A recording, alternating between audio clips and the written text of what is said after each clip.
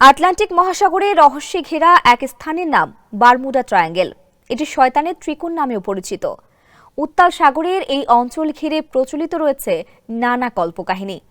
এখান দিয়ে যাওয়ার সময় রহস্যজনকভাবে হারিয়ে যায় জাহাজ, এমনকি উড়োজাহাজও। তাই সাগরের এই অঞ্চল এড়িয়ে চলতে চান বিমানের পাইলট বা জাহাজের নাবিকরা। কিন্তু এবার মধ্যপ্রাচ্যের আকাশ নিয়েও শঙ্কা জেগেছে পাইলট আর যাত্রীদের মনে। তাহলে কি মধ্যপ্রাচ্য বৈমানিকদের জন্য বারমুডা ট্রায়াঙ্গেল হয়ে উঠছে? আরো জানাচ্ছে আহমদুল্লাহ শিকদার। মধ্যপ্রাচ্য যেন উত্তপ্ত আগ্নেয়গিরি।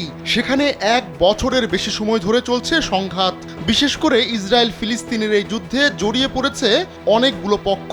Double million offer, Walton fridge কিনে পেতে পারেন 20 লক্ষ টাকা, রয়েছে কোটি কোটি টাকার নিশ্চিত উপহার। নতুন করে এই অঞ্চলে সংঘাতে জড়িয়েছে লেবানন ও সিরিয়া। তাই দিন কিংবা রাত যখনই হোক না কেন মধ্যপ্রাচ্যের আকাশ হয়ে উঠেছে বিপজ্জনক। যে কোনো সময় বিমানে আঘাত হানতে পারে কোনো একটি মিসাইল। অবশ্য পাইলটদের এমন শঙ্কার যথেষ্ট কারণও আছে। কয়েক বছর আগে তেমনই এক ঘটনার সাক্ষী হয়েছিল গোটা বিশ্ব। তেহরান বিমানবন্দর থেকে উড্ডয়ন করা ইউক্রেনের একটি বিমানে আঘাত এনেছিল ইরানের মিসাইল। তাতে বিমানটিতে থাকা সব আরোহী প্রাণ হারান।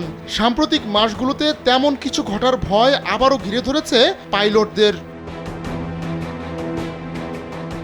সেপ্টেম্বরের শেষ দিকের ঘটনা। কম বাজেটের ইউরোপিয়ান এয়ারলাইন উইজ এয়ারের অভিজ্ঞ একজন পাইলট হঠাৎ বেঁকে বসেন।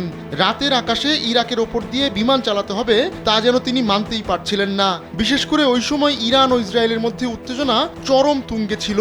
নাম প্রকাশে অনিচ্ছুক ওই পাইলট জানান, আমি কর্তৃপক্ষের সিদ্ধান্ত মানতেই পারছিলাম না। এ ঘটনার মাত্র এক সপ্তাহ আগে উইজ এয়ার জানিয়েছিল এই রুট অনিরাপদ। অথচ রাতারাতি সেই রুটকে নিরাপদ ঘোষণা করে ওই পাইলটকে মধ্যপ্রাচ্যের আকাশপথ ব্যবহার করতে বলা হয়। এর কয়েকদিন পরই ঘটে অভাবনীয় এক ঘটনা।